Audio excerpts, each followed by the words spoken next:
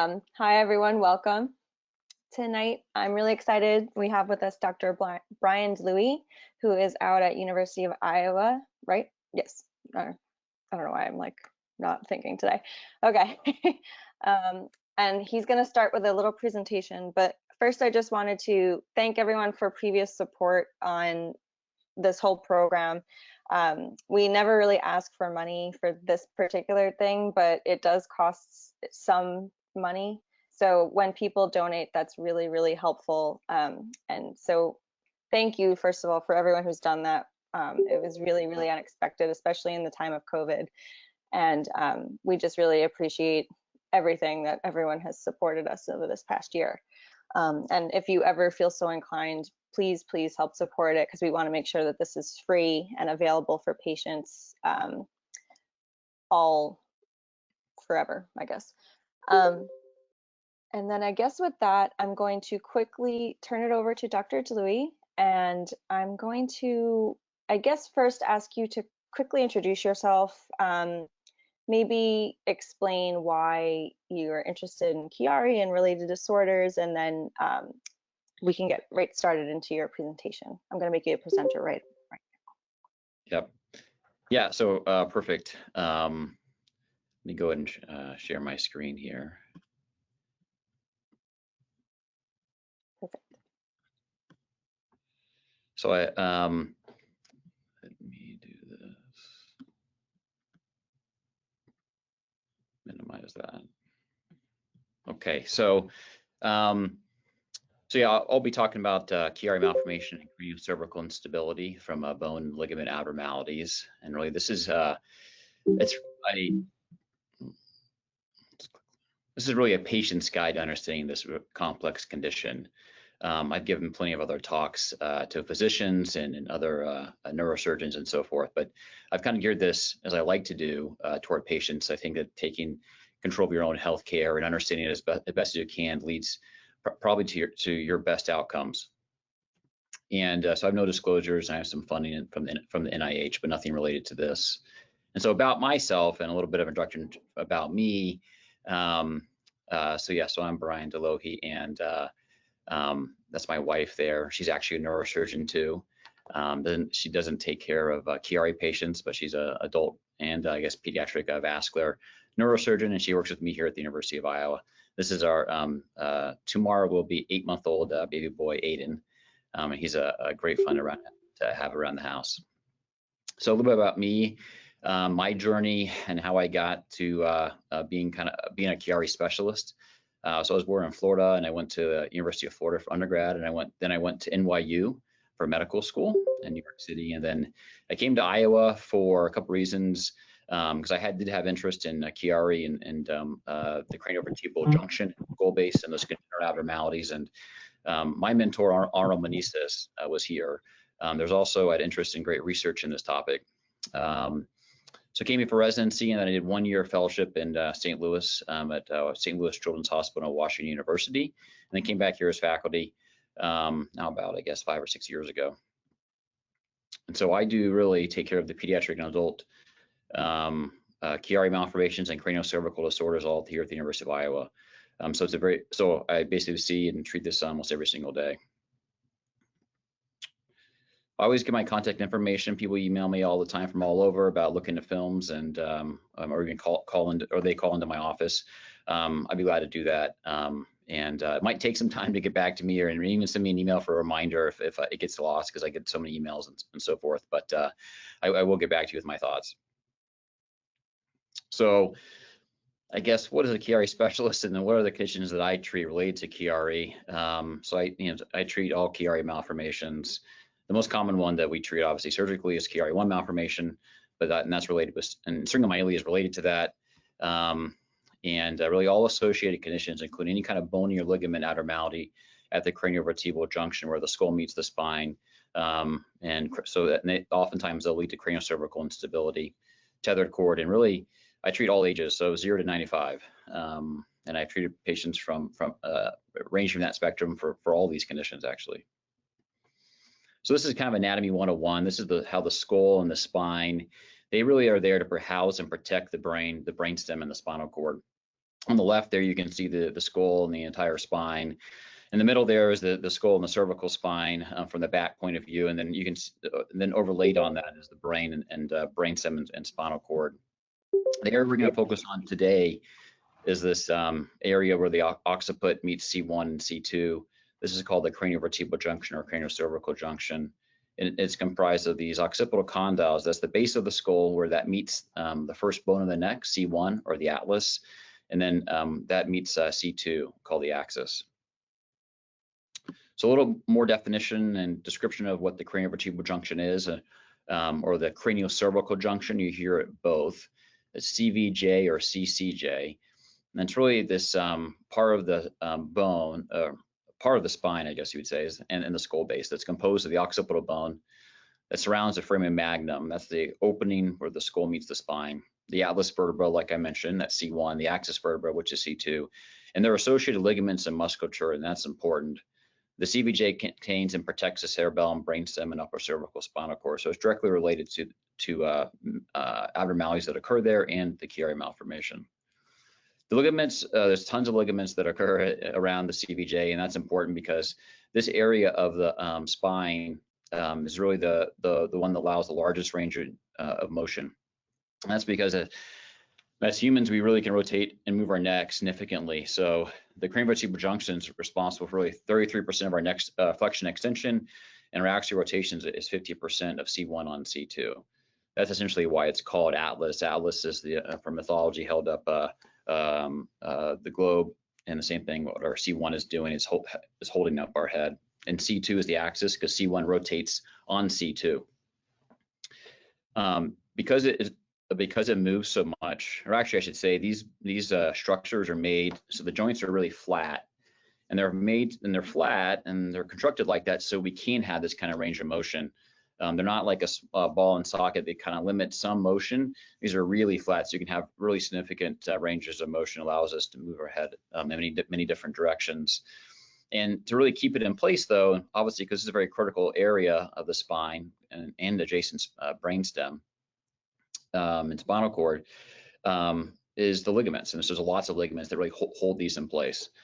When things are this kind of complex and you have this kind of complex bony anatomy and there's so many ligaments, you can imagine lots of things can go wrong, and they do. And that's why there's so many abnormalities that occur at the craniovertebral junction that causes problems.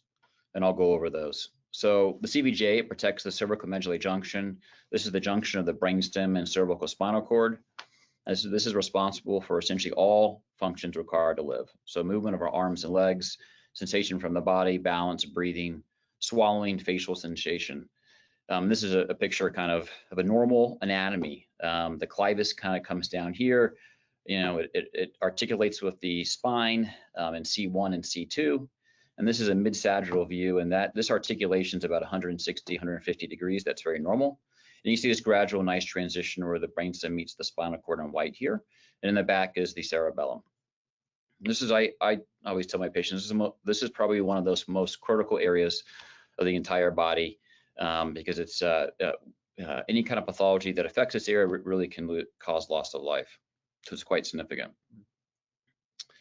So understanding really spine biomechanics is critical, I think, to understand, I guess, these abnormalities that can lead to instability at the craniovertebral junction and those that are associated with Chiari malformation. And so this is a very classic definition of stability and instability by some very, very famous radiologists from a while ago.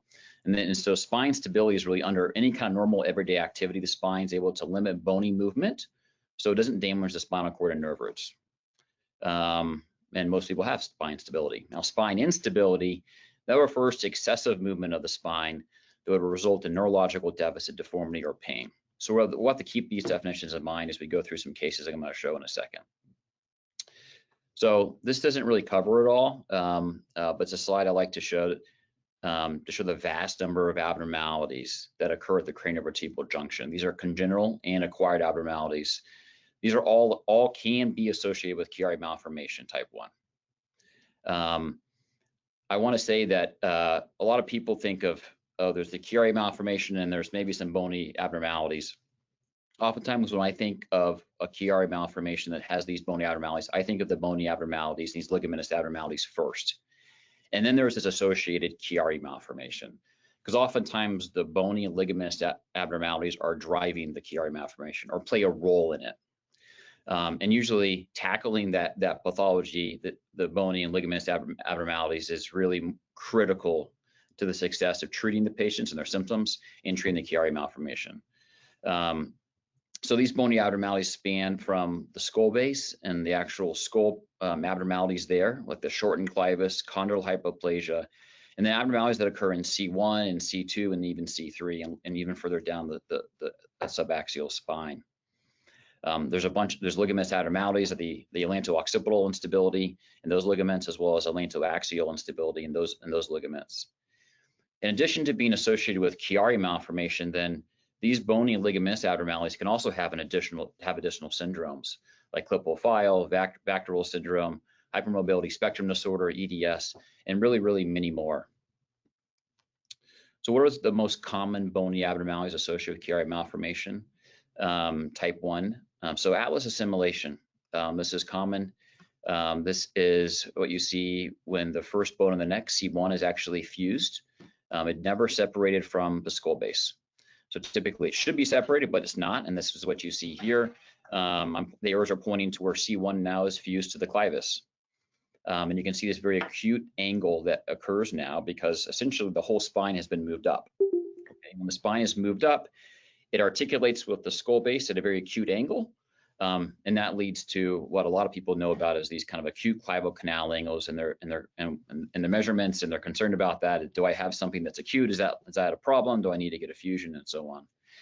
The fusion, the atlas assimilation is really this fusion of the C1 to the skull base, and that occurs even posteriorly, as my arrows show here in black, and E and F, it shows it anteriorly in these 3D reconstructions of the spine. Another abnormality is a Klippel-Feil abnormality. That's where you have C2, C3 segmentation failure, and that's where C2 and C3 are fused. And this child here, actually, the first bone is also fused. So you have atlas assimilation, C2, C3 segmentation failure. You get basilar invagination, instability. You can see how complex these abnormalities get, and that's why I feel like these can be challenging for patients to understand, even other physicians. On the bottom here is another child with a shortened clivus. Chondral hypoplasia means that the condyles of the skull base are short. Again, just like this atlas assimilation, the skull and the spine now are more acute because the spine is now higher up, and that leads to can lead to basilar invagination and other problems. Here I'm showing an incomplete arch at C1 that also can occur, an incomplete arch anteriorly and posteriorly. You don't even see the C1 arch here in the mid-sagittal view because it's not formed. These are all abnormalities that are congenital. These individuals are born with this abnormality. The most common ligamentous abnormalities associated with Chiari malformation type 1, as I described before, instability at OC1 and C1, C2. These can be associated with hypermobility spectrum disorder and EDS. Ligaments have so much mobility and they can be torn, and that can lead to spinal cord compression.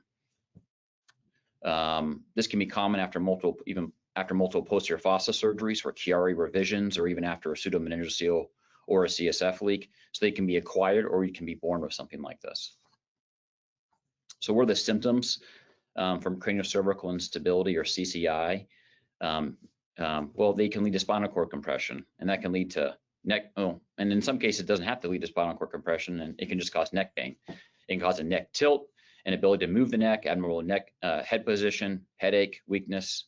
And when we get to these things of neurological deficit like weakness, numbness, balance problems using the hands and buttoning shirts, and bowel bladder issues, swallowing difficulty, choking, and spasticity, this is all from some kind of injury to the spinal cord or the cervicomedullary junction, or even the brainstem.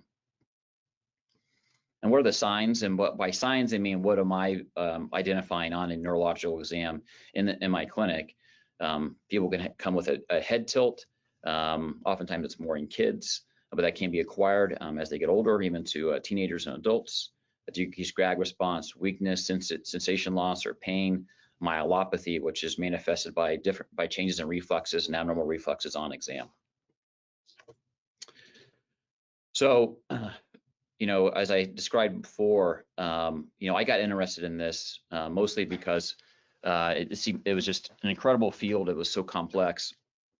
And my mentor, Arnold Meneses, really has kind of been a pioneer in the entire field of the CVG abnormalities in kids and adults, and how they relate to Chiari malformations. And his studies and research on this go back to the 1980s.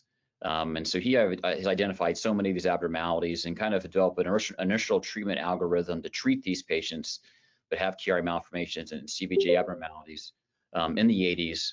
More recently, we updated that on the right side. And yeah, this gets complex in terms of how you think about it. And that's why that diagram and that algorithm is so complex. But these are extraordinarily complex conditions, and they require that kind of complexity. So, and this is just a general overview. And I could spend probably 3 hours talking about this and showing you probably 50 different types of cases of this that we've treated surgically. But I just don't have the time, obviously. So I'm going to give you a general overview of all this. And when we think about these, the spine is not in its typical place, and it needs to be repositioned to decompress the brainstem and decompress and hopefully decompress the posterior fossa where that Chiari malformation is. And oftentimes we'll use a posterior realignment type surgery and reduction as we describe it. Reduction means just realignment in its normal anatomic position. And this is at the craniovertebral junction. We used to use this. We used to treat patients by placing them in an traction and place them in bed for days, even more than a week. We no longer do this. This is quite morbid. I know some people probably still do that, but we don't do that here. There's many other ways to achieve a reduction and realignment at the craniovertebral junction without having to do that.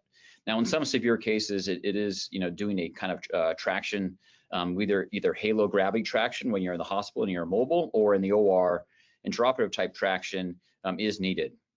That can be beneficial, and in some severe, absolutely abnormal cases, halo gravity traction is useful, or intraoperative traction. And they can be benefited then by doing some maneuvers in the operating room where you can actually distract and reduce using the instrumentation that we placed in the spine and in the skull base, then to move the bones to the more normal alignment. And I'll show you some cases of mine here in a second. Now, some cases are so severe that you're not going to be able to get a posterior realignment and decompression because their bony abnormality is so fixed anteriorly in front of the brainstem and the spinal cord that is pushing it back so far. You just can't achieve that, and you can't achieve a posterior decompression. It's only going to actually probably make things worse in some cases, and therefore then we would do an anterior decompression, and that's through a transoral approach going through the mouth, or more as we've evolved more, doing it more through an endoscopic or an endonasal approach through the nose. And really kind of minimizing a lot of the morbidity associated with the typical transoral approach. Although the transoral approach is a kind of a gold standard and is useful in many cases, and the morbidity can be eliminated in some ways by doing that approach and using a different technique. So I'm going to show you some cases here, and then we'll answer some questions. So I show this. Is this just a Chiari malformation? This is a 15-year-old boy presenting with Valsalva-induced headaches. And the answer is yes. This is a standard Chiari malformation in which the majority of patients that I see, that many people see in clinic, Chiari malformation, symptomatic. You can see how far the tonsils herniate through the opening in the skull. They come down to what would be called the mid-lamina of C1. And they're peg-like in nature. It means they're forming this triangular configuration and narrowed, so they're being pushed into the channel. They're compressing the brainstem, and the bony anatomy is very normal. The clivus, the skull base in front of the spine is normal. Just like I showed before, this articulation with the spine is the clavicanal angle here is 150 degrees, so that articulation is normal. There's no shortened or fused segments of the spine. There's no shortened condyles.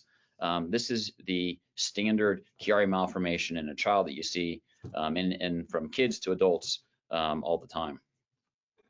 This patient was treated with a Chiari decompression, posteriorly only, a standard approach where we remove part of the bone in the back, so a suboccipital decompression, and we remove part of C1 here. And using ultrasound, we found that doing an extradural decompression was all that was needed. And this child did incredibly well. All the child symptoms resolved. In the post-op scan, I don't show here, but all the tonsils moved up in really an incredible way. They would almost expect it was almost an intradural decompression. So the child did great. So was this just a Chiari malformation? It looks a lot like the last one. And this is a 16-year-old boy that presents with nystagmus.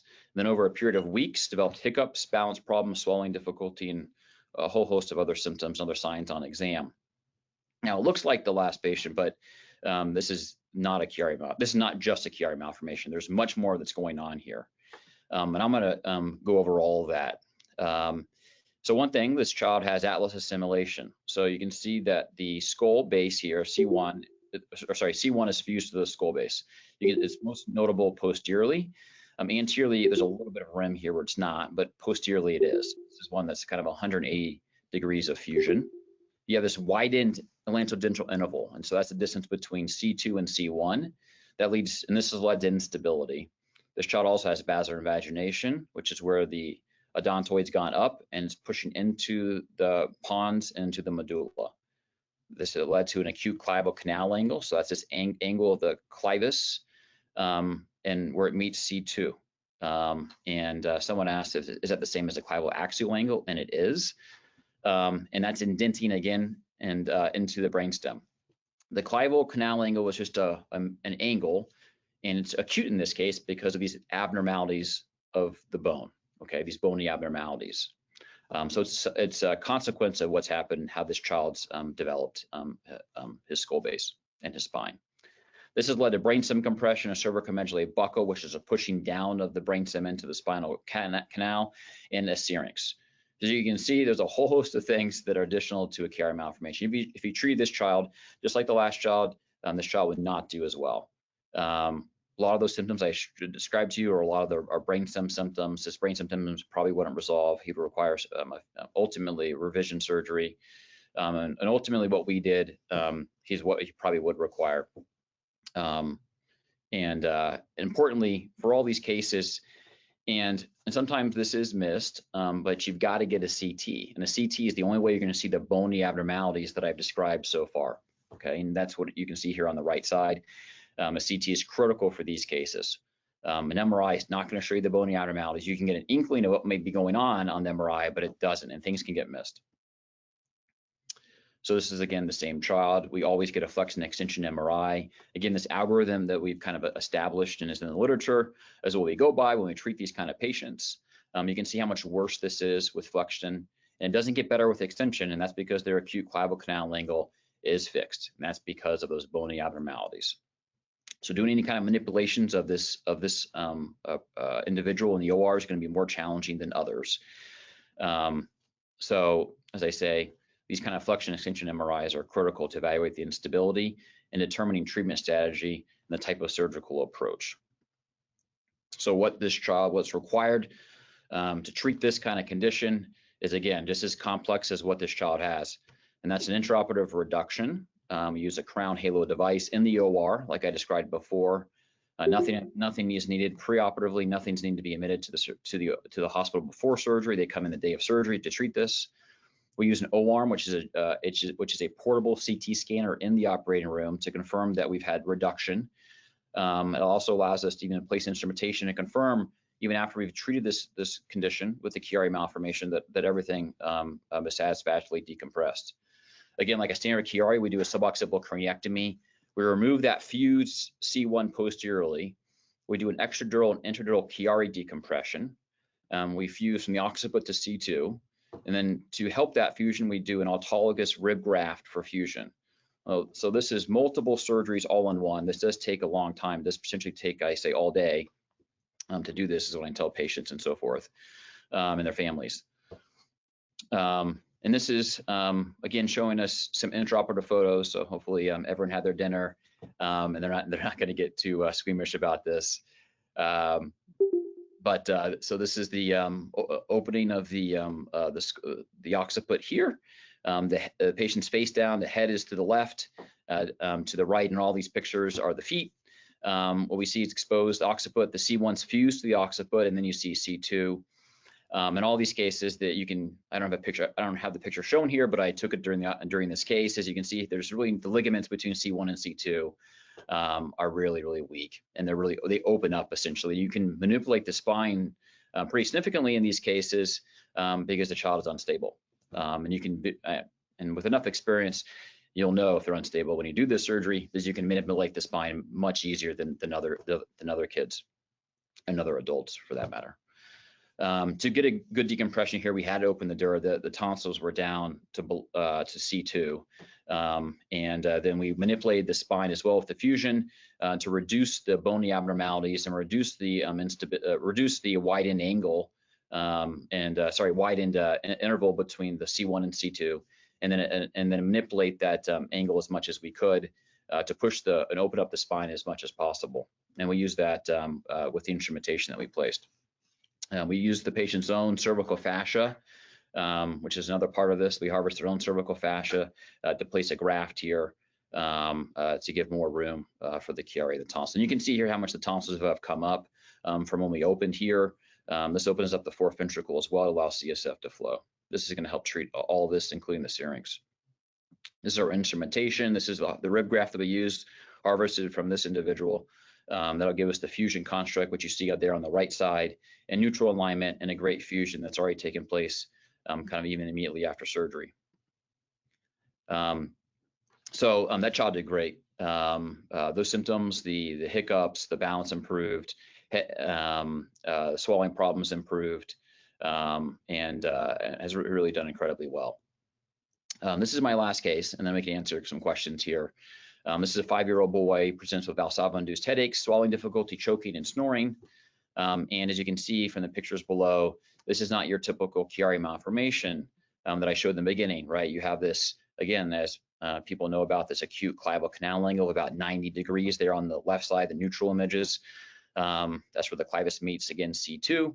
And why is this child have a acute clavicle canal angle? That's the question, right? And so that's because there are bony abnormalities that have led to this acute clavicle canal angle. And this child has a shortened clivus. They have the condyle hypoplasia, so the spine is now elevated and higher up. And so it meets the skull base at a higher point, again, to remind everyone. And so then where the skull base meets the spine is more acute. And so that leads then to the odontoid, the second bone in the spine, pushing into the medulla, as you can see here. And it pushes the whole brainstem back, and it makes the posterior fossa smaller, and that helps probably to lead to some of the tonsil herniation, the Chiari malformation. So this child has basilar invagination as well, brainstem compression anteriorly, which is worsened in flexion, and improved with extension. You can see here on the far right, the extension, how the clavicle canal angle now is normal. So in cases like this, where we don't have the fixed C1 that's fused to the skull base, you can manipulate the angle more. You can manipulate it by doing some extension, and you can even do that in the operating room a little bit with the hardware in place, and you can decompress the brainstem and open up the posterior fossa more. So how was this child treated? Very much like the last one. They come in the day of surgery. They're not in the hospital for any kind of period of time. We don't have to do an anterior approach in these kind of cases. With enough manipulation, we can do all this from the posterior approach, preventing the second operation. We do intraoperative reduction, so we manipulate the spine with the traction device. We confirm with an O-arm during the surgery. Again, we do a Steiner Chiari decompression, remove the back part of the occiput, remove the C1 posteriorly, and actually in this case, we did remove the 1/4 the superior aspect of C2 to get a better decompression. We did an extradural Chiari decompression only. We did not have to open the dura in this case, so we didn't have to actually go in inside the brain at all. We did not open the covering of the brain. Okay, we used ultrasound to confirm that, and they showed a great decompression without having to do that, so we didn't. And then we used an occiput, the C2 instrumentation. We used, again, the child's own rib graft. We manipulated the anatomy on this child with the instrumentation. This is pre-op, okay, and I'm going to show you what it looks like now. This is post-op. The angle has improved significantly. This child's been fused, so you see that angle is now 160 degrees normally. You do not have the compression anteriorly of the brainstem, and that's what you, this from comparison before. This is before, and then this is after. You can see all the CSF around the tonsils. There's no compression dorsally on the brainstem, as was shown pre-op, which is seen here. Okay, this child did incredibly well. All the symptoms resolved, swallowing fine, headaches completely resolved. This child would rock back and forth, bang their head, that resolved. No longer choking, no longer snoring, all improved. The child's done great. And that's it. So thank you. I want to thank the Bobby Jones CSF Foundation for allowing me to speak. You know, they do an incredible job at putting these presentations together. You know, it's a lot of work. I know how much work all this is. I mean, doing this weekly and getting this much information out to really, you know, all the patients is absolutely critical. So really kudos to them. And I mean, I really can't speak highly enough about, you know, what they are doing to educate and provide this kind of platform for patients really to interact with us as physicians. I think the field's only gotten better because of that. Well, thank you so much, Dr. Dlouhy. I'll take the Civic just for now. All right, so let's get to some questions. I'm actually going to start with a couple of questions we got about Syringomyelia, just because that hasn't been the focus of the talk, but I do want to address these. So I guess it's a really specific question. How is Syringomyelia defined? And I guess, I don't know if that's a loaded question, but if you could speak to that a bit.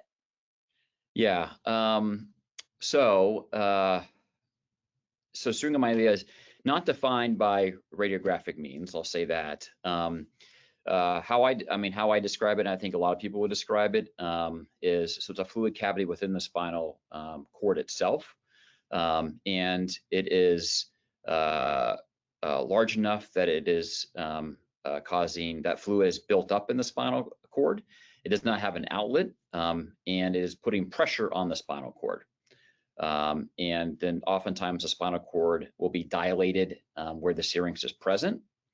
In some cases, there's very black and white. There's very black and white. You can say that for sure is a syrinx. You can see the cord is extraordinarily dilated. The syrinx even gets larger over time on imaging. That'd be quite obvious. If that fluid cavity gets bigger, that it's obviously causing pressure. There's not an outlet for that fluid to go, and that's a syrinx. Other cases, patients may be treated, and in cases where the entire spinal cord, a whole cord syrinx, especially in adults that have had a syrinx for a long period of time, you can treat, and they have a Chiari malformation, for example, that's caused that. You can treat the Chiari malformation quite well. The fluid, all the fluid CSF pathways will be reestablished, but that syrinx is not going to come right back down, and you're going to form a complete spinal cord, and the syrinx won't go away completely. It'll just be a deflated, what I call a deflated syrinx, what the literature would call a deflated syrinx. And that's still large. I mean, you'll still see cases in which it's very large. It's much larger than maybe say 3 millimeters, which is a cutoff as a diameter for some people to call a syrinx. But in those cases, it's much larger. So would you really call that a syrinx? I don't, because the cord isn't dilated. It's become collapsed. So that's kind of my definition. In some cases, when you see a fluid cavity in the spinal cord, and it's very, very small, those cases are oftentimes like a dilated central canal. It's a spectrum of normal. We all have a central canal that runs through our spinal cord. In some cases, it's just more prominent in others, and you can see that on MRI. So just following up on this a bit, they kind of lead towards a central canal. So I was told a small unchanged syrinx is nothing. Do you agree? But there's a secondary question that says, why are syrinxes considered significant, but Tarlov or perineural cysts, even if large, considered incidental? Yeah. So yeah, that gets back to, I guess, the basic definition. A Tarlov cyst, often you'll see those more in the sacrum. They can be quite large, but those cysts are not. So first off, those are cysts. They're not a syrinx. Those cysts are typically outside the spinal cord, and they're not inside the spinal cord.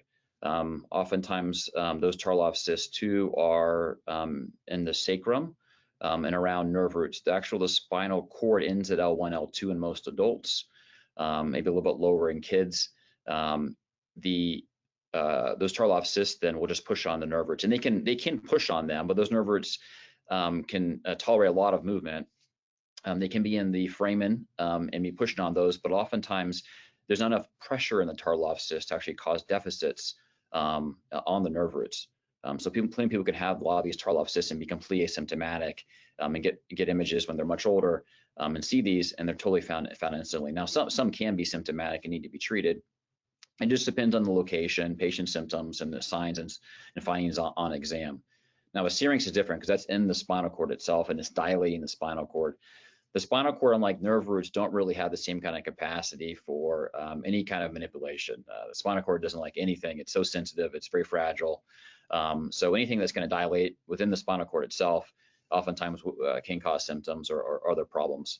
So that's why it's considered, oftentimes to be more significant, and those would be more often, in neurosurgery to be treated. Tarlov cysts oftentimes can be more likely to be asymptomatic. Great. Okay, great. Thank you. All right, so I'm going to go back to instabilities now. So I know you had mentioned there was a question before whether clivus canal angle and clivoaxial angle were the same thing. But kind of following up on that, where does pathology start? So what number should patients be worried about? Is the number a problem? How do you know that there's compression there? Yeah. So yeah, this is the core of sort of the complexity of this all, and why there is this large focus on the clival canal angle, clivoaxial angle. They're the same thing, okay? But if you flex someone's neck that doesn't have any kind of abnormalities, you can make their angle very, very acute, okay? So number one, it's important that all these MRIs are done in neutral position, okay? To get a better assessment of what their true kind of clival canal angle is. On average, most people, it's going to be 150 degrees, 140 degrees. But there's a range, and there's a range of what probably is a spectrum of what's normal and what's not going to cause a problem. I would say over time here, and with better treatment strategies posteriorly, and getting better at just treating Chiari malformations in general, I feel like I treat less and less of those the angles. It seems like it keeps getting acuter and more acute for what I need to consider to do a fusion on. People have used the number 125 degrees as a kind of cutoff to say if you're below that, then there be concern. The biggest concern, honestly, is whether someone has, what are their bony abnormalities? What has led to this acute clavicle canal angle? The angle is just a measure of bony and ligamentous abnormalities that have occurred at the craniovertebral junction. And so that's the more important thing to look at. And those two cases I showed there, and those kids, right, and one kid had complete instability of C1 and C2. I didn't really care as much what his clavicle canal angle was because he was grossly unstable with the Chiari malformation. So he had to have a fusion. In the second case, that child didn't necessarily have that big movement of C1, C2. We did have some, okay, but the big problem there was still indentation into the brainstem, causing those kind of brainstem symptoms, and really pushing the brainstem back, where I knew that doing a posterior decompression only probably wouldn't get as good enough decompression, and I needed really to manipulate and open up the posterior fossa with that fusion and decompress the ventral portion of the brainstem. His abnormalities, though, is because he had a shorter clivus. He had the condyle hypoplasia. Now, in some cases, some people have acute clavicle canal angles, and they're 125 degrees. They don't have those bony abnormalities, and they don't have ventral compression of the brainstem. They can be even lower than that, 120 degrees, and they don't have problems. Now you start getting down to 110 or less than 100. Then we start. Then that's when there's more concern. So, my cutoff, and I don't really have a cutoff. What I use is I look at the patient themselves. I treat the patient themselves individually. I just don't go by their radiographs. I look at their signs and symptoms. So first off, I'm treating the patient. I look at the bony abnormalities, the ligamentous abnormalities at that time. I use the clavicle canal lingo sort of as a guide to make sure that what I'm seeing in these bony abnormalities is accurate, and that it is causing this kind of problem. I mean, I basically have a checklist that I go through in all of my patients that I see, and you know, it starts from looking at the tonsil herniation. I look at the size of the clivus. I look at the size then of the condyles. I look at how big the fourth ventricle is. I look to see if there's any space between C1 and C2, and on and on and on radiographically. The same thing when I do clinically, when I see the patients and I look at their signs and symptoms, I go through a huge checklist of symptoms. I go through a whole physical exam. I mean, these visits do take, first-time visits will take an hour, hour and a half. I go through the Bite score. I look at instability. I do all that myself, and kind of put everything kind of together. So I don't really have, I guess, a cutoff. I'll say though that patients that get down to 90 degrees, 100 degrees, you know, you're definitely gonna have a bony abnormality problem. Okay, thank you. This is an interesting question. I'm going to sort of reframe it. They asked, can chronic Lyme disease damage the ligaments and lead to CCI? So I'm actually going to even be more generic about that. Are there other things other than just hypermobility that could damage the ligaments and cause instability? Yeah, so you sent me that question before because it was such an oddball question, and I had to look that one up. Okay, so because you know there are, I have never seen someone with Lyme disease get craniocervical instability, but I could imagine that it's possible because yes, other infections do cause craniocervical instability. But I actually PubMeded that and looked it up even on Google Scholar and everything else. I have not found one report of Lyme disease causing craniocervical instability. I could have possibly imagined it could. I have to look at the images though and see some of that's going to be exam dependent, their symptoms, exam dependency, as well as my physical exam findings, as well as in what I see on radiographs, MRI, CT, and flexion extension MRI, and so forth. But yeah, other infections can cause it. Inflammatory conditions can cause instability of the ligaments. We've seen plenty of those things. Some other autoimmune disorders can cause this. And then, you know, the Chiari Malformation, I've seen that associated again with so many different conditions. It's quite incredible. Right. Yeah, definitely. This one was good too. So can craniocervical instability cause or contribute to intracranial pressure? I guess I'll have a follow-up after this. Yeah. So by itself, it shouldn't. Okay. Now, if there is an associated Chiari malformation, okay, and the craniocervical instability has narrowed, right, the opening in the skull, the foramen magnum, where CSF is supposed to go out, and then the whole posterior fossa has been narrowed because of this craniocervical instability, and that can be from just ventral compression of the brainstem. Then the tonsils will be further down, and the fourth ventricle can be larger. There can be a prevention of CSF from getting out of the brain around the spinal canal, and that then can lead to hydrocephalus. And I've seen that where then all the ventricles dilate, not just the fourth ventricle, but the lateral ventricles dilate, the third ventricle dilates, and those patients oftentimes will need a shunt before they undergo any kind of other procedure. So that leads to a classic case of hydrocephalus causing increased intracranial pressure.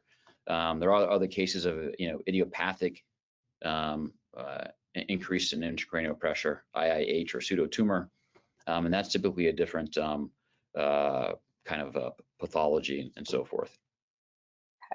Okay. One of the questions that came up in the chat just before I move on to like diagnosing and stuff like that. Can you speak to any association between tethered cord, Chiari, and instability? Is there one? Yeah. It's a controversial question. I will say that there does seem to be an association with Chiari malformation and hypermobile spectrum disorder, as well as craniocervical instability. And these bony abnormalities.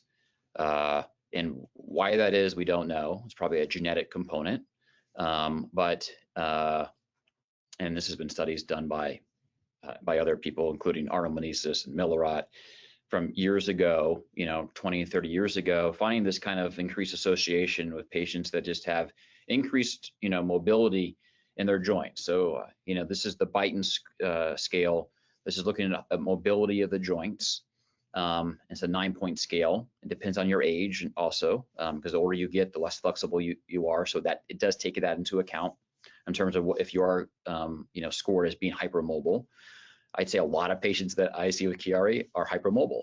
So there's probably an association there. I'd say more so than many other patients that I see with other CVG abnormalities that don't have Chiari. And so there's also an association we know with hypermobile spectrum disorder and scoliosis, and then there's association scoliosis with Chiari. So these do run together. Tethered cord, it's something that needs to be watched out for, I think, when you treat someone with Chiari. Just because the symptoms can be very similar. They can have spinal cord symptoms. They can have a syrinx from a tethered cord that may not be from a Chiari that they may have. And so there may be an association there as well genetically. I think it's probably less than the hypermobility and Chiari and CVG abnormalities, but I don't think we have enough information yet to kind of know that. Yeah. Okay, so I'm going to move on to diagnosis and testing, that kind of stuff. So as far as intracranial pressure is concerned, there's a question: how accurate are bolts in detecting high or low pressure? And does it matter where the monitor is placed in the brain? Is there any other way to measure pressure, especially if it changes a lot? Okay, so there are different types of bolts, meaning some are epidural, and so they only are on the outside of the door. They're not as accurate. Some are actually kind of subarachnoid space, and then some actually go into the parenchyma. And these are fiber optic pressure transducers. The ones that go into the parenchyma are the most accurate. But sometimes they obviously can have misreadings. The most accurate way to look at someone's pressure is to place a ventriculostomy catheter that goes into the ventricles. You don't drain any CSF, and you just monitor that at the bedside. Now, there's some limitations there too. So an ICP monitor, intraparenchymal ICP monitor, it can be beneficial. There's a drift though, usually over 3 days. So it'll become inaccurate after a period of 72 hours after being placed. So typically you get readings in the first couple of days. It can be placed. It does require a small stab incision in the scalp and does require a small drill hole that goes to the skull. And it is invasive. It does go into the brain. There's some risk of infection, so that's extraordinarily small. There's risk of hemorrhage, so that's extraordinarily small. Typically gets placed in one location. That's kind of right in the right frontal location, kind of on the coronal suture. And that's because that's really a non-eloquent area, meaning I put that in quotes, meaning obviously any part of the brain's important, but that's not the motor area, it's not the sensory, it's not the language area, and it's tolerated well without really any deficits we see, after placement. So that's typically where it's placed. And it should get kind of coverage of the whole forebrain in terms of the same pressure. The forebrain, and that's everything above the cerebellum, is going to really kind of see the same kind of pressure. So typically, yes, it should be equal, unless there's some kind of mass lesion or something like that that's on one side or the other side. Then yes, placing the bolt in different places or some kind of cyst in the brain is gonna matter. Okay. There are some interesting questions. So this patient has a recent finding of, quote, bilateral jugular vein compression. They had an MRI, MRV. Could this be caused by CCI, or should I be looking at other reasons that this would have occurred? What other imaging should this person really be looking to get? Yeah, these are tough questions here, Caitlin. Yeah, we don't make it easy usually. Yeah, that's right. Which is good. No, I like them. So the question is, why does someone have jugular, so we're talking the jugular vein here. Why is that compressed bilaterally? There's a bunch of bony abnormalities and congenital abnormalities that can lead to that. Achondroplasia is one. So dwarfism, that will lead to jugular vein kind of outlet obstruction that actually leads to hydrocephalus or bigger ventricles and people with achondroplasia. Osteopetrosis, which is a thickening of the bone, can actually then compress the jugular vein as well, and that can lead then to hydrocephalus, and that can actually then lead to Chiari malformation. I wrote a case report on that when I was a resident here. Other conditions can cause bony overgrowth there that can lead to jugular vein compression. Then that leads to increased venous pressure in the brain, and that can cause hydrocephalus. In some cases, it doesn't, and so you get more of an IIH type picture. There's increased pressure in the brain, and then in those cases, we know the tonsils can herniate down, and they can have what looks like tonsil herniation, what looks like a Chiari malformation that's kind of congenital. In this case, it looks like it'd probably be an acquired type of Chiari malformation, but it's in that case, the goal is to try to treat the jugular venous compression. If that's not treatable, then the goal is then to decrease pressure in the brain to help treat the Chiari. That can be done by Diamox and other measures. In some cases, if it's severe, it can lead to a shunt. And doing a shunt and even doing Diamox, that can lead to the tonsils going back up and treating the Chiari malformation. We've done that here with really incredible results in some cases, pre-op and post-op, where they have absolutely no Chiari malformation anymore, no tonsil herniation, I should say. In some cases, yeah, it does require maybe a combination of kind of both multiple treatment strategies. Okay. Are there any other types of imaging, though? Sorry, for this patient that maybe they should be looking to get? Yeah, they would have, CT for sure, and MRI. They have the MRV, I think they said they got, so that's important, of course, because you look at the venous structures. CC, craniocervical instability, wouldn't be really associated with this. This would be a separate condition. Now, of course, like I said, any kind of bony abnormalities can lead to CCI, and so that always has to be evaluated in these kind of unique kind of cases. But I don't think, of course, if they have a Chiari malformation, they should get a full spine MRI, which I always get. Okay, yeah, that's a good point. I can't speak today. Can upper craniocervical instability be seen on a regular MRI of the cervical spine? And would someone with an inflammatory disease like arthritis or myopathy be more prone? That's interesting. I've never heard that one. Yeah. Going back to the definition of instability, that is where there is movement of the spine in some way. When you're moving your head back and forth in your neck, and we talked about how much you can move your neck, that in those cases where you have some kind of bony abnormality, you'll see ventral compression, right, of the brainstem. So on a neutral brain or even a cervical spine MRI, if it goes high enough, you will see indentation of the brainstem. And I don't need to get a dynamic film at that point to say, look, that patient is unstable by the classic definition. That if they flex their neck forward and so forth, I know that compression is going to get worse. But classically, we talk about instability as movement of the spine in certain ways.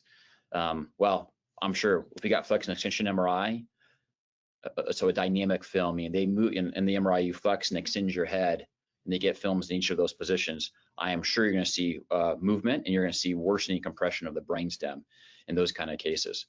So I never fully say that someone's unstable until I get dynamic films by definition, and to confirm that. So I always get flex and extension MRI. CT I don't, because it's too much radiation. You have to get 3 types of neutral and then flex and extension CTs. That's a lot of radiation. No one does that. Maybe some people do. And then we don't get X-rays. Can't get X-rays. They're useful in some cases, but a lot of these bony abnormalities that's so high up that you have so much bone at the from the mandible and the skull base obscuring it, that's why we use MRI to get our dynamic films. Mm-hmm.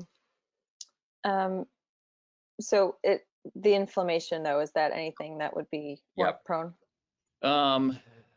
So with arthritic changes, yeah, I mean, obviously a lot of them will have craniocervical instability acquired. In some cases, do you see Chiaris? Yeah, I've seen Chiaris also with that. And these are older individuals. Probably they've had a Chiari their entire life, never got diagnosed, developed more. Their bigger problem is this, arthritic changes that have occurred at the spine. I haven't, I don't think I've have enough of no one studied this. I don't think there's any papers on this at all, but and I don't have a big enough sampling yet of patients that are 60 or 70 and so forth with arthritic changes and Chiari malformations that have never been treated before to kind of know if it's more prone. I'm going to come back to older patients in a bit, but I really want to get to the surgical questions because there are a lot and they're very specific. So I want to get to them. So I guess I'm going to start with how is CCI treated? I know you kind of touched on it, but is there like a wrong surgery for craniocervical instability? So again, yeah, it's a super general question. It can be treated, with, in some cases, it can be treated literally with just a cervical collar.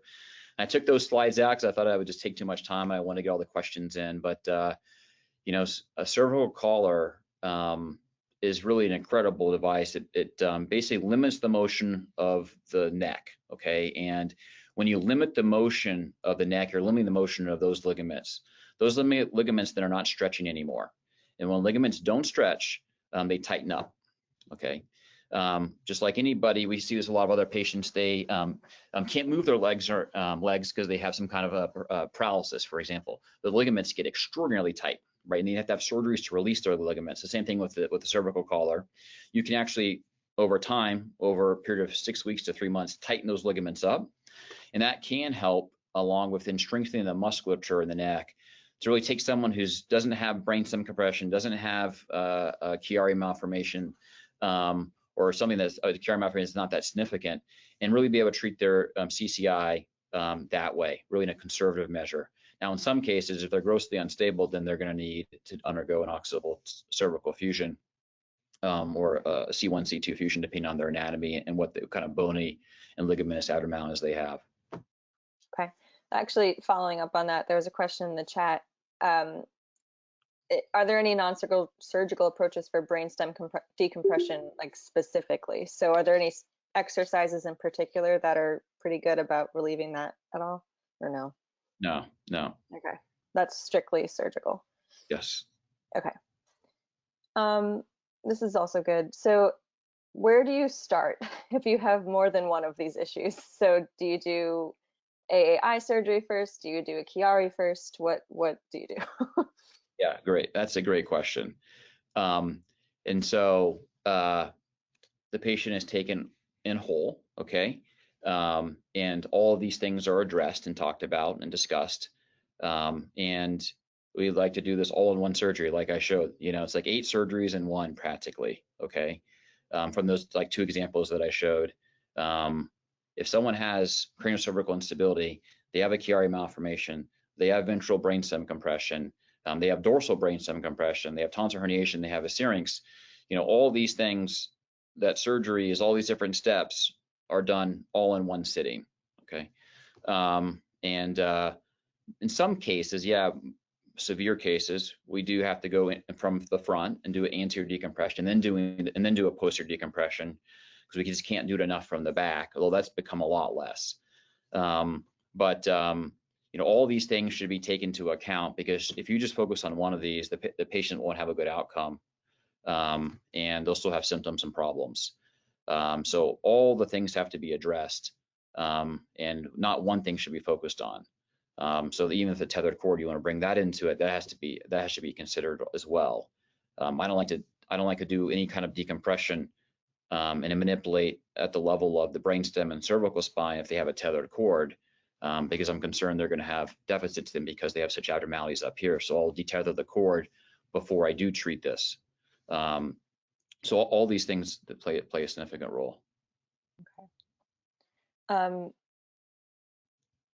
So this is also very technical. Do you use any kind of, I think I saw it, but I don't know, I'm not a surgeon. So any intraoperative traction when you're doing a fusion? How do you get the head in the right place? And one of the questions was, in a patient with cranial settling, is it necessary to lift the head up to fuse it correctly? Caitlin, I think you've done enough of these. You probably could do this surgery. I don't think so. You've done all these you listen to all these people, and you seem very, very intelligent on the topic. Your questions are great, and you definitely understand everything. So I think you could probably do a great job. So Yes, so that is part of it. So if they've had cranial settling or there's some kind of the instability, we do use, and everyone's a little different, right? But we in terms of how we treat it, we do use traction. We use the and we use anesthesia. We use muscle relaxants that relaxes the ligaments, that allows us to manipulate the spine even more. We use traction and use a certain amount of weight to do that. That gives us some movement of the spine, and that helps a little bit. We can manipulate the spine itself with the skull base to distract some if there's settling some, or if the spine's too high. So that distraction will work, and then we fuse it in that way. With rib graft down in the patient's own bone, it will fuse pretty quickly. And you want that fusion to take place soon so it doesn't settle back. And incredibly, with this kind of distraction and then moving the spine forward, and you can do that manually, and then actually with some distractors on the screws and rods during the actual surgery. And we use the X-rays to kind of tell us how this looks. That 3D CT that's done during that I showed in the big oval thing, that can actually confirm your decompression, your bony decompression, as well as your Chiari decompression. And then the bone actually then remodel because you've distracted some. So there's a space there, and that then bone will kind of thin out and so forth. And we have some nice cases showing that where they had this big compression in front anteriorly of bone. That bone is completely remodeled in teenagers then to have undergone this kind of distraction. And so, yeah, it's manipulation using the traction as well as the instrumentation hardware, and devices allow us to manipulate the spine and the skull base. Okay. Do certain factors like bacterial meningitis at birth and now having a VP shunt, I guess, as a unit, would that affect your approach to instability surgery? If so, how, I guess? It wouldn't. It wouldn't change. It wouldn't change what I think about the craniocervical instability. Is there a chance they might be higher risk of craniocervical instability? If they've had a syrinx, they may be. The syrinx, we know, weakens the spinal cord, it weakens the musculature. Bacterial meningitis, especially at the skull base in the posterior fossa, is absolutely horrible. It leads to, so many issues. It's extraordinarily challenging to treat the long term too. And patients can have syrinx that recur and recur and recur. They can have, adhesions all around the brainstem that prevent, CSF from getting out. That leads to then weakened neck musculature. They can lead to a syrinx that goes into their brainstem, which for sure then can weaken the musculature in the neck. So, those cases, that doesn't change anything. Oftentimes, the cervical collar that I mentioned before is a great tool to see if that's diagnostic. I use that sometimes to say, well, if they benefit from wearing the collar, then obviously they have probably some craniocervical instability. The same hand then too, that can also be a tool to tighten the ligaments. And if they can wean out of the collar and strengthen the muscles, then, they don't have to then possibly have any kind of fusion surgery. So that's kind of my conservative approach initially. If that fails though, and the collar is the only thing that they can use to actually treat their symptoms, and they don't have any kind of brainstem compression, this is just pure motion there, and it's not actually compressing their brainstem, or and their Chiari's been treated and they have no syrinx, then maybe that's the way to go. Otherwise, then yeah, they'll need a fusion type surgery. So in the event that there was some compression on the brainstem, the fusion would probably be necessary. Fusion's better. Yeah, manipulating the like in the spine, the skull base to to alleviate that compression. And if they don't have if they have symptoms, and you look at their them as a person too, right? As a patient, right? Do they have symptoms of brainstem compression? If they don't have symptoms, maybe you can do it conservatively. If they develop symptoms, then yeah, and you see more motion or something like that, then yeah, you consider a fusion type surgery. Okay. This is a big question. Everyone always asks this. Do you ever wait and see with the syrinx? When do you get aggressive about doing surgery for, I guess, syringomyelia? Yeah, that is a good question. To me, when someone presents with a Chiari malformation and or a syrinx, they, to treat them, they have to be symptomatic in some way. I have patients, again, because I treat all the Chiaris from kids to adults here. And so I see patients that are 60 years old that have a bad Chiari malformation. They've never had a symptom, and they get it because they had some car accident or something like this. And I go through my entire physical exam, and I can't find one thing wrong with them. And they're doing great. They've done great their entire life. They have no problems. Well, it's hard to say to do surgery on someone who's 65 years old, who's lived this long and has no symptoms. So, I treat the patient more than the radiograph. So if they do have symptoms, Chiari malformation, I say let's treat the Chiari malformation. And if they have a Chiari malformation and syrinx, I say yes. If you treat the Chiari malformation, the syrinx will go away. If they have a syrinx, they have a Chiari malformation, they have no symptoms. Depends on how big the syrinx is. If it's pretty big, then I say, no, we should probably do something. If it's small, then I say, well, is this syrinx been bigger before and now it's getting smaller on its own, which can happen. And that's usually a conversation with the patient themselves too about things. It's like, look, we have a syrinx, you have really no symptoms from this. We can do a couple things. We could watch this, hear the benefits and risk of surgery, or we could do surgery. It's really, I leave that sometimes in the hands of the patients a little bit, giving them, my risks and the risk that I see when I do surgery and the benefits that I see, and kind of help them guide them through this. So it's not kind of a lot of this is never like one way or the other way. Never, it's always a little bit of just nuance with a lot of things treating patients. Yeah. So you mentioned about the older patients. I said I'd return to this. Do you see, what kind of success rate do you see in older patients after like a fusion? So treatment for instability in particular, is it very good? Or? Yeah, I see it in adults as well. I mean, they've lived a long life, obviously, and then maybe there's been some trigger probably that's now prompted them to have symptoms, or maybe the symptoms they've had their entire life and no one picked up on them, or they were small and they were slowly progressing over time. But yeah, I see the same kind of outcomes in someone who's older as someone, who's younger. So yeah, I don't see much of a difference in our patients that we've treated here. Okay. So, this is a good one though. How long after surgery do you usually follow your patients? So, and again, I don't know if this matters about how old they are. It probably also matters if it's a decompression versus a fusion.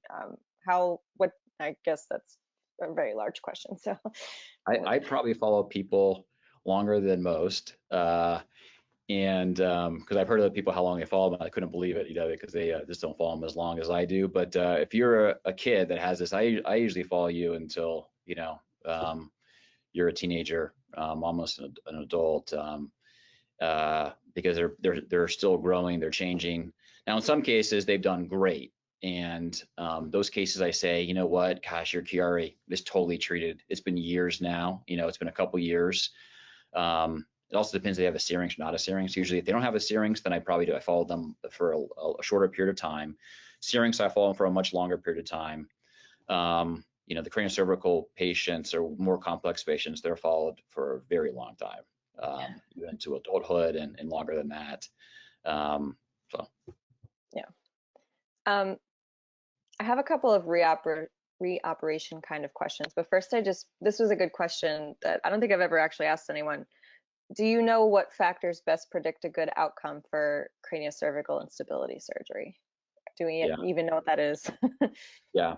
To me, if someone has to me, when I do Chiari malformation type surgery and CCI surgery, syrinx, all this, if the symptoms line up with my physical exam findings, with the imaging, in some patients, I can tell you 100% you're going to do better. Still with the risks, of course, of surgery, but and then there's other patients in which I'm like, well, some things don't align as much in terms of maybe their symptoms don't align with what I see radiographically, what I see, physical exam findings. So then sometimes it's hard to say, but if they have classic symptoms of brainstem dysfunction, and they have Valsalva-induced headaches, they have neck pain, I put them in a collar and that goes away. and the neck pain goes away and they don't have any headaches, gosh, I mean, you do a fusion surgery, it's almost, it's like you know that they're going to improve on that. Now, some brainstem dysfunction, some from brainstem compression is more permanent. And those things, symptoms like that, like nystagmus, that is hard for that to recover from once it's there. Some of the swallowing difficulty, that typically will improve. In some cases, it won't improve as much. Sometimes if people have a very, very large syrinx for a very long time, the symptoms are not all going to improve. If they have a syrinx, saw a patient yesterday, they had a syrinx that's already been ruptured into the spinal cord itself. They had a great decompression. The syrinx is completely gone. The spinal cord looks fine. They still have symptoms. And that's because there's been damage to the spinal cord, damage to the brainstem that's not going to recover. But oftentimes those valsalva-induced headaches that are occipital in nature, and swallowing problems, snoring, sleep apnea, hiccups, vision problems, not nystagmus, but if nystagmus just started, then that sometimes can be reversed. And again, if you've been treated in a collar and your pain goes away, yeah, those are pretty good prognostic signs. Good. Okay, so I'm going to ask this question, knowing that the answer is crazy, but why would the cerebellar tonsils continue to be low-lying after multiple decompressions? What's the reason for that? Yeah. That's a complex question. Okay. Depends on how the surgery's done. I wish I had shown it now, but that case, so that 15-year-old boy in which we did an extradural Chiari decompression, the tonsils rose all the way up to normal. Because the problem there is the tonsils are forced down into the channel, into the canal, because of CSF pulsations. You give enough room back there, the tonsils will rise back up. CSF is not going to keep forcing the cerebellum down and the tonsils down into the channel anymore, and they'll resume their normal configuration. Now, the younger that you do that, the probably better chance that's going to happen. The longer someone's had tonsils have been herniated down, the less likely they're going to rise back up.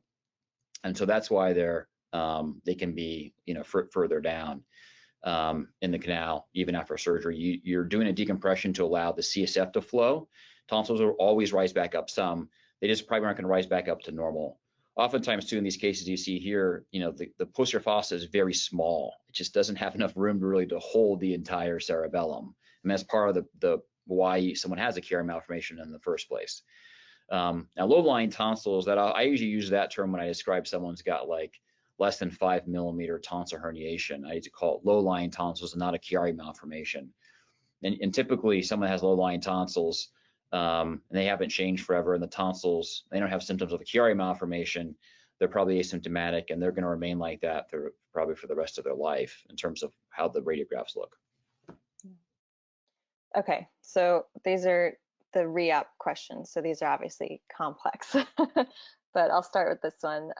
There's a 15-year-old patient, had her first Chiari decompression craniectomy only at age 5, but has needed at least 4 more over the years because of a consistent problem with bone regrowth at the site.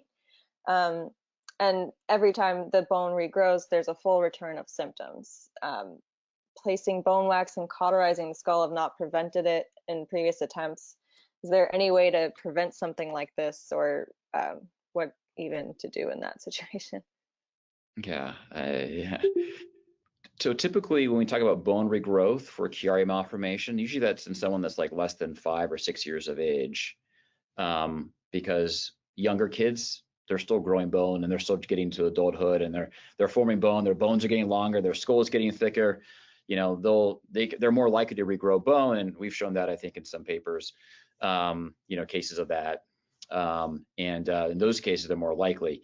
Now, when you get to teenage years in adults, they don't regrow bone. I don't think I've ever seen an adult regrow bone. Very unlikely to have someone more than 10 years old regrow bone. Can happen. You get to more of the teenage years, 15, 16 now, the chance of regrowing bone is quite small. I think that'd be unlikely. Now it's always a possibility. I don't think I've ever had a case, and we've treated lots of patients here, of someone that's teenage years and above regrowing bone.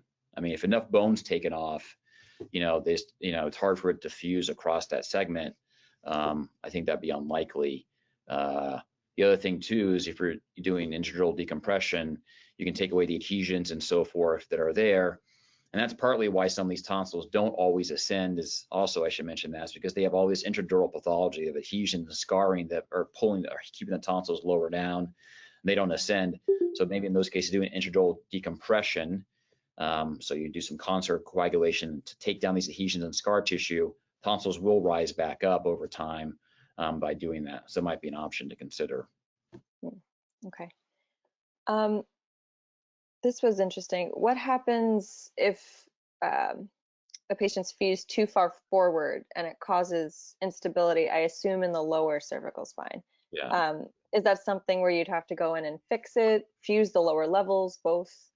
Yeah, you'd have to. So there is a concern of being. So if you saw in those X-rays, they're very neutral alignment. They're not flexed, they're not extended. The spine's not far forward, and we do a. There's the level right below your fusion is critical. I do not mess with the joint at all. That joint has to maintain stability, otherwise they will kyphose forward, and you'll get this angulation. And if it's severe enough and causing symptoms and causing instability or causing spinal cord compression at that level, they have myelopathy and so on, then sometimes extending that fusion down lower is required. Okay. That's good. In your experience, what's the likelihood of a Chiari worsening over time if it doesn't present until you're an adult, maybe in your 50s? Is it something that maybe needs to be intervened upon? Is it going to get worse?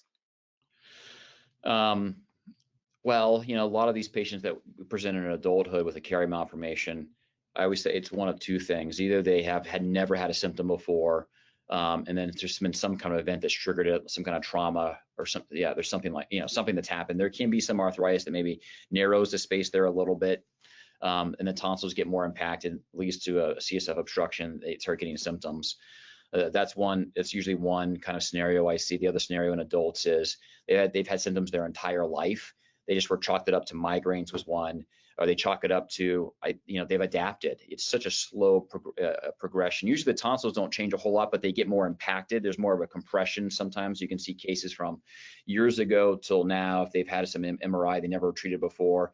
And then now you see this more of an impaction of the tonsil. Sometimes they can be a little bit lower down, but that's not usually the case. Usually just more of an impaction on the brainstem. So they cut their food into smaller pieces is a common thing. They'll avoid meats, they'll avoid other food. They just, because they can't swallow it, they choke on it. So they just change their lifestyle entirely. They don't play sports, they don't do this, and so they just chalk it up to who they are, when in fact it's this Chiari malformation their entire life that's progressively, causing them symptoms, and they just find ways to avoid it. The other thing is, I've had symptoms. Developed symptoms at a later stage that progressively gotten worse for some other reason. Yeah. Okay. This patient had decompression. This is over 20 years ago now, or over 10 years ago. No, 20. And their neck stayed stiff, but within the past year, they've been feeling extreme pain in the neck and pressure. They had an MRI, and they were diagnosed with severe cervical stenosis. Is that something that's common well after decompression? I guess is it common even in the general population? But what are the options for a person who's developed cervical stenosis on top of a history of Chiari, I guess is the question. Yeah. Yep. So, as we're seeing more and more patients with Chiari malformations being diagnosed, now they're reaching adulthood and so forth. And now we're seeing this combination of arthritic changes that we all get. Some people get more than others. And likely, all the images have to be looked at, but if someone's symptomatic from cervical compression, cervical spinal cord compression, it's getting worse, then that requires, that can require surgery. Again, a cervical collar in those cases can help diagnose too whether you need a fusion or not. Sometimes if the cervical stenosis and it's quite severe, oftentimes it requires a cervical approach from the front or the back, and oftentimes associated with a decompression and a fusion. Okay. There are a couple of miscellaneous questions that I want to just get to, but actually a question came up in the chat. What kind of, you mentioned about the cervical collar kind of determining whether or not someone would need a fusion. Do you have a particular type of cervical collar you recommend to best determine that, or is it just general? Yeah, I should have kept the slide in. I had them all on there. So yeah, so the there's all these there's different types, and there's Miami J collars, the blue and white collar, so everyone knows that. The gray and white collar is oftentimes this Aspen collar. That's another company. They also make this Aspen Vista collar, which is actually kind of nice. You can adjust the height of it. There's a little dial in the front. There's a foam soft collar, which is not a rigid collar. There's a Philadelphia collar, which is this beige collar, and it's kind of this orange brownish color. Those are the biggest. Those are the most common cervical collars. The most rigid collars are the Miami J collar and the Aspen collar. The Aspen collar sometimes I think is it has a little bit better sizing for small kids, and so I use that oftentimes in younger kids. And then older kids and adults, I usually use the Miami J collar. Sometimes it just kind of fits what fits them best too. Sometimes the Vista collar actually works well. But I usually give them that, and then I give them a Philadelphia collar to wear in the shower because it doesn't absorb any of the water. The Miami J collar and the Aspen collar, they have foam that absorbs the water, and you have to let it sit and dry out. The Philadelphia collar is like a rigid foam, and it won't. And the soft collar, I usually give them to sleep in at night if they need that. Okay, that was very specific. I wanted to ask this because I know you actually recently did a study on it. And it's a big question, but what's the connection between Chiari and cognition, and why would surgery for Chiari help some of those symptoms? Yeah. So that's a great question. And yeah, we have a prospective study, I should say, study here that's ongoing, and every patient basically with the Chiari, they get if they want to, they can opt into our research program to do neuropsych testing. We have a nice clinical team here. We teamed up with another team, a neuropsych team here at the University of Iowa that does all the testing. And so our current data is we did our first 25 patients that basically have been tested pre-op and post-op, and that's been submitted to a journal right now. It's undergoing review. But as I tell my patients, I can do a physical exam and look for all these physical exam findings. So I can pick out, are they weak? Do they have some sensation changes? Do they have balance problems? Is their gag response depressed? Is their walking abnormal? All these different things, I can kind of assess that on a physical exam. The one thing I can't really assess though is how their brain's functioning, and that's where the neuropsych testing kind of comes into play. Because it's basically a test of cognition. It's like basically a bunch of games that you're undergoing for literally for 2 hours or so, seeing how the brain functions. And the cerebellum plays a huge role in this. So if the cerebellum in Chiari malformation has been, funneled into this channel for many years, and CSF keeps deforming the cerebellum, and in some cases you see adults that have, they've had 25 millimeters of tonsil herniation, they seem like they have atrophy of their cerebellum. It's not unlikely that they're going to have also cognitive deficits from this. Now, they're probably not huge cognitive deficits. They're probably very, very small, and that's what we kind of see. But there probably are there, and it's just very hard to pick up. We can't pick those up on a physical exam, okay, or just talking to someone. They have to enter this neuropsych testing. And so we know the cerebellum has kind of been a hard place to study for a long time in neuroscience. It's gained more interest recently. And so more interest now has led to better studies showing it does have a role in cognition. With someone like Chiari, and someone has a Chiari malformation, especially over many yeyears, I can imagine it definitely it could easily playing a role in controlling how our forebrain is functioning. Patients oftentimes will say to us, they have brain fog, they have memory deficits, they're not functioning as well. And then after surgery, that they say, wow, my memory has improved, or wow, I didn't know how bad I was before. My functioning, my job is better. This isn't because they're eating better, or I fixed their headaches or other things. We've controlled for that even in our study, and it looks like this is probably some kind of cognitive effect. Wow, that's really interesting. All right, I want to squeeze in 2 more questions, but one of them it sort of blends into the last question I always ask anyway. So first of all, have you ever seen dissection of the vertebral artery in craniocervical instability patients with symptoms of vertebrobasilar insufficiency, which I don't know what that is, so I'm gonna rely on you. So yeah, so that dissection is common in patients with hypermobile spectrum disorders and EDS. They have that, so they have the vascular component of EDS. They can have dissections. They can have instability of the neck as well. Then they can have craniocervical instability. Now, if someone has, they have a traumatic, craniocervical trauma, that can lead to dissection. They can also lead to craniocervical instability. That's strictly from a trauma. Now, in cases where you have spontaneous events, you can have some spontaneous dissections from minimal kind of trauma.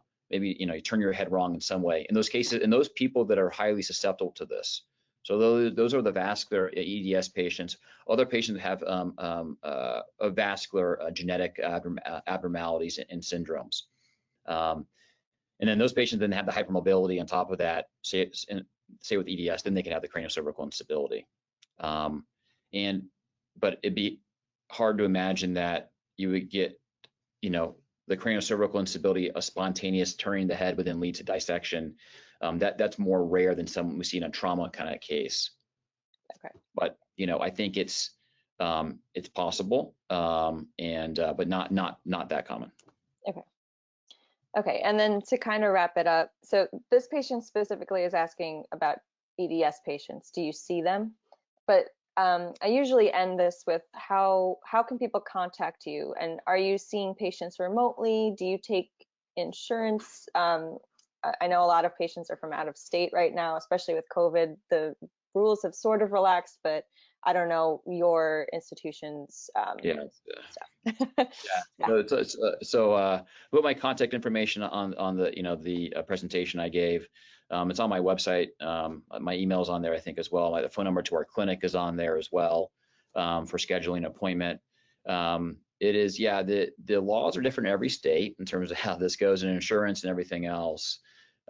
Usually what I do is, because I think there's also a medical legal aspect to this as well. But what I do is I try to help everyone I can. Okay, so patients will contact me, and we'll get films uploaded on our server here, and I can review all the films, and then I'll talk to the patients if I need more information at that point. So I can do, just a telephone call or even just over a Zoom kind of teleconference, discuss things and so forth. Usually this doesn't really go through hospital or telehealth or things like that because there's issues with that. So usually I just kind of do it just to help patients. Well, that's very sweet. I put your website in the chat. Okay. But okay, but the best way for anyone to reach you is through the contact information that's available on the presentation and on your website, right? Yeah, that's right. They can call, and if they want to come and schedule an appointment and get a referral here, then yeah, they can come see me and get a referral in my clinic, and I'll see you in clinic, and we can do the whole evaluation there.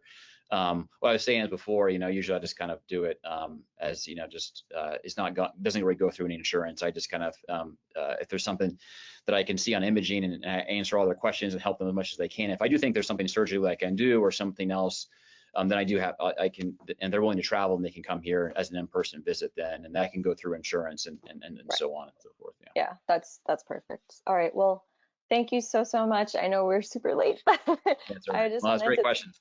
Yeah, they were not softballs. So thank you, Dr. Dlouhy, for speaking with us tonight, and thanks everyone for joining us. Everyone's saying thank you.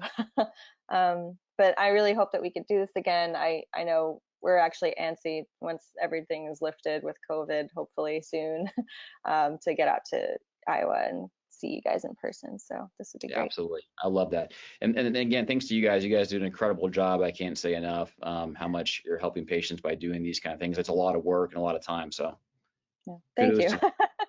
Yeah, absolutely. All right. Well, thank you again, and have a great night, everybody. Yeah, have a great night.